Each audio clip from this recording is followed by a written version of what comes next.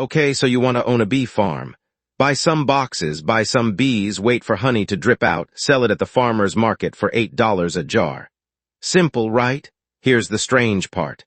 Beekeeping might be the only agricultural business on Earth where your actual product, the honey, is basically a rounding error compared to the real business happening inside those little white boxes. The real business isn't honey at all. It's renting out 60,000 tiny employees to almond growers, who will pay more for a truckload of bees for 3 weeks than most beekeepers make selling honey all year. And it's also a business where a mite smaller than a sesame seed can wipe out your entire company overnight. Anyway, by the end of this video, you'll know exactly how commercial beekeeping actually makes money, why honey is basically the beekeeping industry's side hustle, why the math looks so good on paper and still collapses for most people who try it, and why a bee farm isn't really the cute cottage business Instagram wants you to think it is. Bee farms come in roughly 3 sizes, and just like every other agricultural business we've covered on this channel, they are 3 completely different companies wearing the same overalls. At the bottom, you've got the backyard hobbyist, 1 to 10 hives, usually costing somewhere between $250 and $500 per hive to fully set up, including the box, the frames, the protective suit, and the initial package of bees, which is genuinely just a screened box of bees and a queen you buy through the mail. And yes, that's a real thing. Bee packages get shipped through the postal system every spring. This is basically an expensive garden. Nobody's getting rich here. In the middle, you've got the sideliner, someone running 50 to a few hundred hives, usually still holding a day job but pulling in real supplemental income, somewhere in the tens of thousands of dollars a year in gross revenue. And then at the top, you've got the commercial migratory beekeeper. And this is where things get genuinely wild, because these operations run anywhere from 1,000 to over 80,000 hives. And yes, some of the largest commercial beekeepers in the United States manage tens of thousands of colonies loaded onto flatbed trucks and driven across the country multiple times a year, chasing bloom seasons state by state like a traveling circus.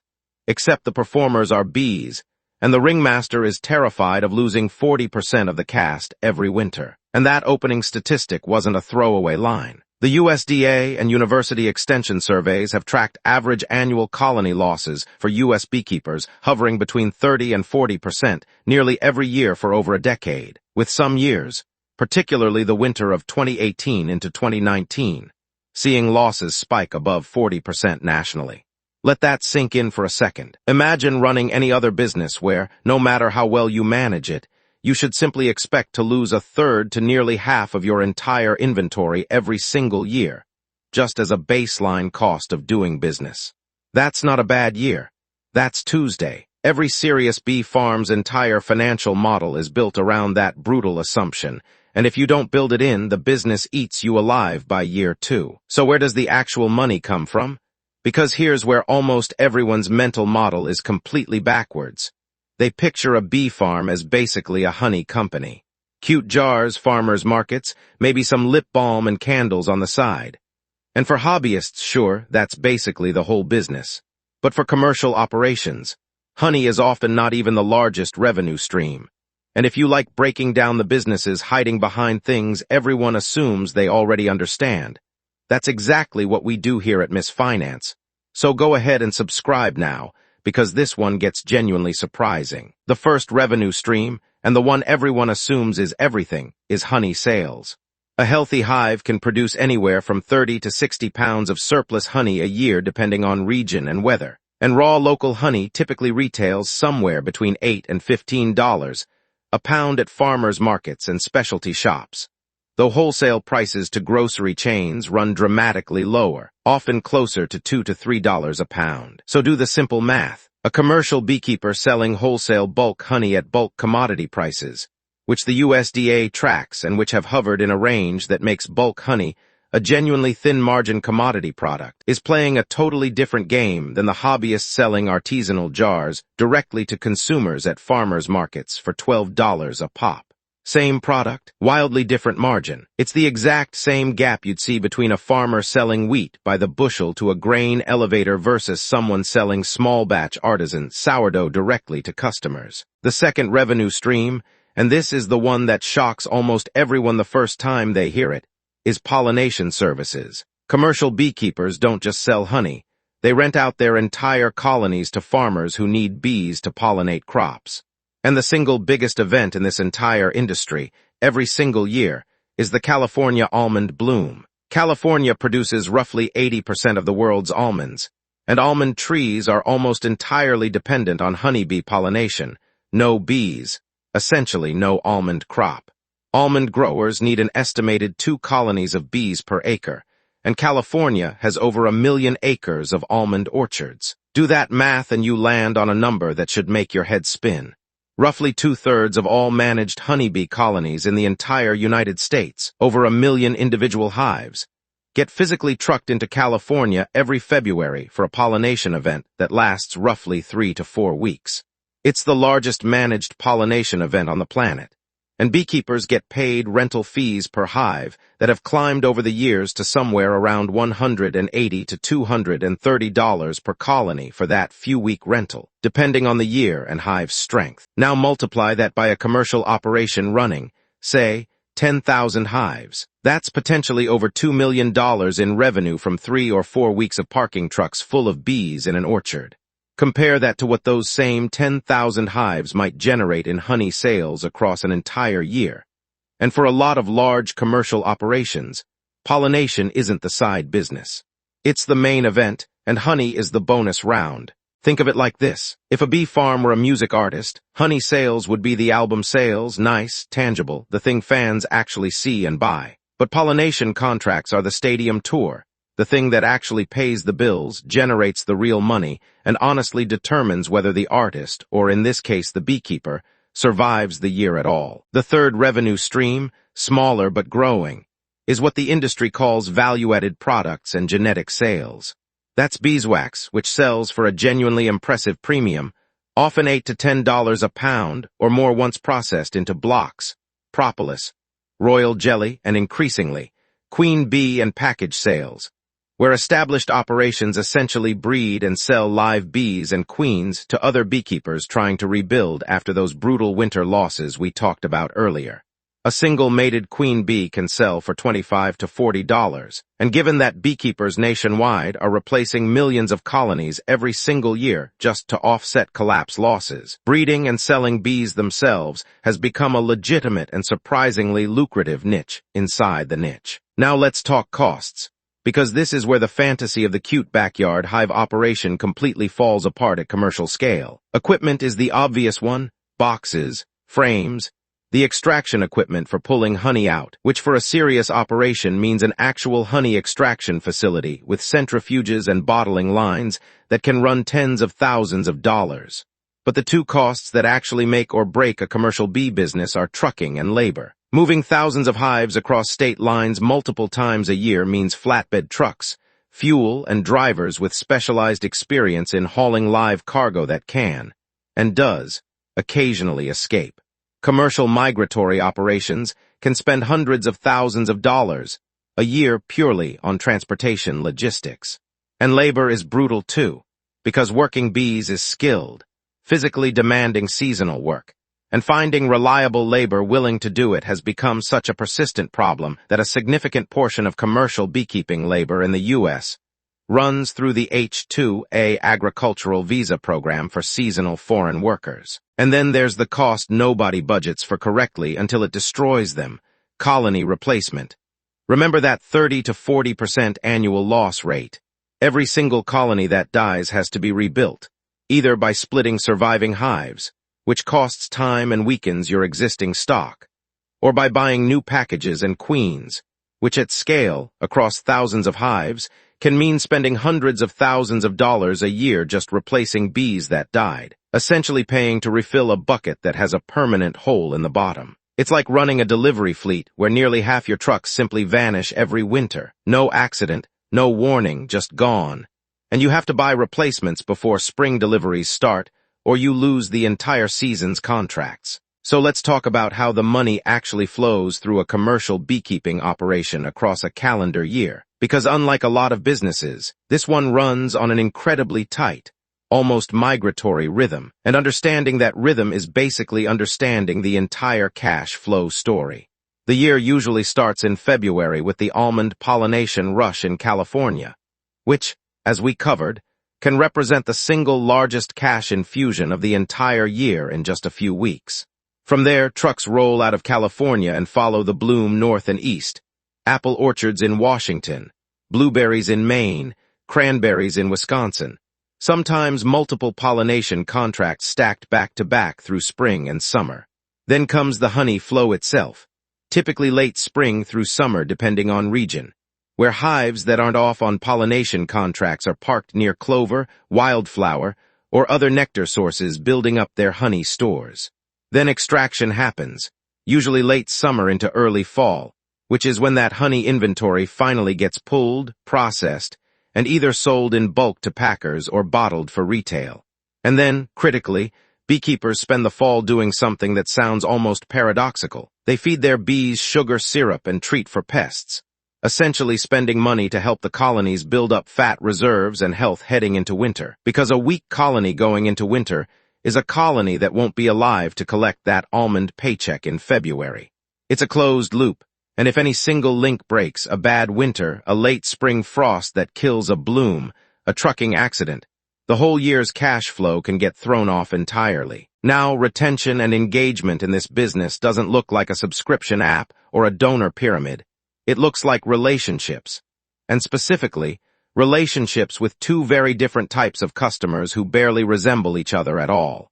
On one side, you've got your pollination clients, the almond growers, the orchard owners, the people who need reliable bees delivered on time every single year, and this relationship runs almost entirely on trust and track record.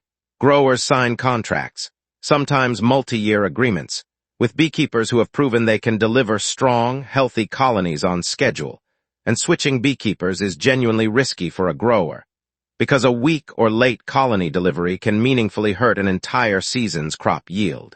So once a commercial beekeeper builds a reputation with growers, that relationship tends to be sticky in a way that looks a lot like enterprise beat-woe billion contracts in any other industry.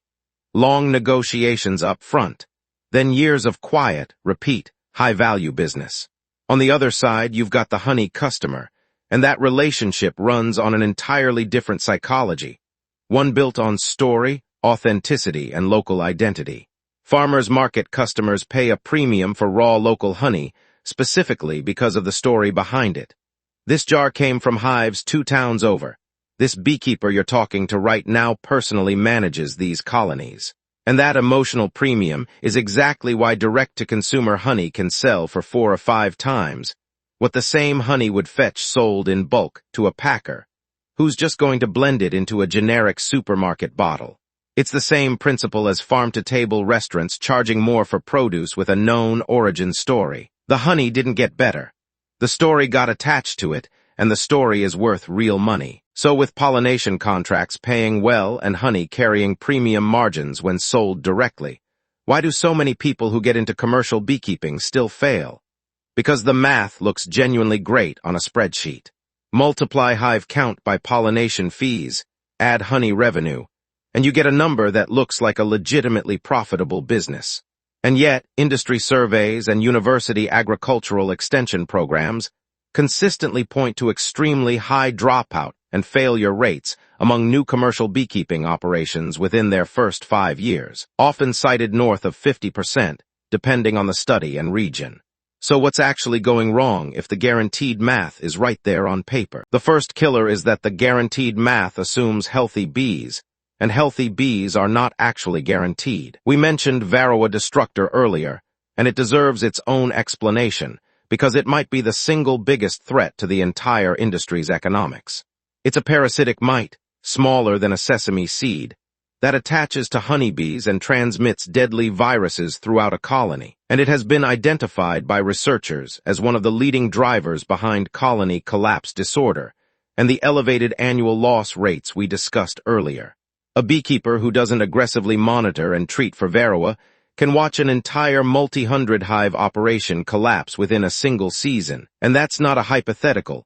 It's happened to experienced commercial operators, not just hobbyists. The guaranteed math on the spreadsheet doesn't account for a biological threat that can erase 40% of your revenue-generating assets in a matter of months. The second killer is weather risk stacked directly on top of biological risk. A late frost during almond bloom, an unusually wet spring that keeps bees in their hives instead of foraging, a drought that kills off wildflower nectar sources. Any of these can simultaneously reduce your honey yield and stress your colonies right before a pollination contract, creating a double hit to revenue in the exact same season. Beekeeping is agriculture, and agriculture has never, in the history of the world, been a business immune to weather. The third killer, and this one is purely financial engineering, is that commercial beekeeping is brutally capital-intensive with a long feedback loop. Buying enough hives, trucks, and equipment to run a genuinely profitable commercial-scale operation requires real upfront capital, often hundreds of thousands of dollars before you've generated a single dollar of pollination revenue.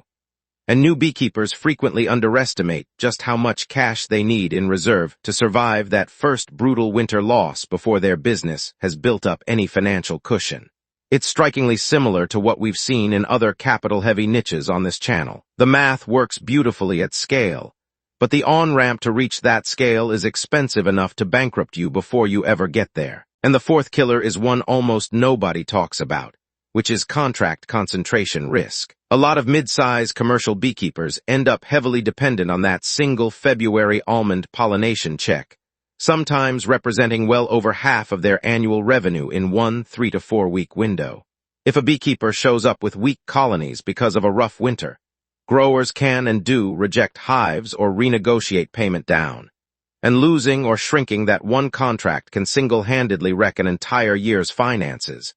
The exact same concentration risk you'd see in any business that lets one client become too large a percentage of total revenue. So what does an actual sustainable, profitable bee farm look like? The ones that make it past that brutal early attrition period. It almost always comes down to diversification, and specifically the same three-legged stool structure across the whole operation. A solid base of pollination contracts with multiple different growers and crops, so no single grower relationship or bloom season can sink the business alone. A direct-to-consumer honey and value-added product line that captures that premium retail margin instead of settling for bulk commodity pricing. And increasingly, genetics and queen sales as a third stream that actually turns the industry's biggest weakness, colony losses, into a revenue opportunity, since every beekeeper in America needs to replace dead colonies every single year, and somebody has to sell them the bees to do it. The operations that survive long-term are the ones that stopped thinking of themselves as a honey company and started thinking of themselves as a diversified agricultural services business that happens to also produce honey. In the same way, the smartest nonprofits we've covered on this channel stopped depending on one type of donor and built 4 different revenue rivers feeding the same reservoir. So the next time you see a jar of local raw honey at a farmer's market for $12, you'll know that jar is genuinely the smallest part of the story, that somewhere behind it, there's probably a fleet of trucks, a February contract in a California almond orchard worth more than the entire rest of the year combined, and an ongoing, expensive war against a might you'll never see with the naked eye. If you liked getting into the real numbers behind a business that looks this simple on the surface and is actually this complicated underneath, go ahead and hit like on this one. Subscribe to Miss Finance so you catch the next breakdown, and let me know in the comments what's an everyday business you'd love to see the real economics behind next.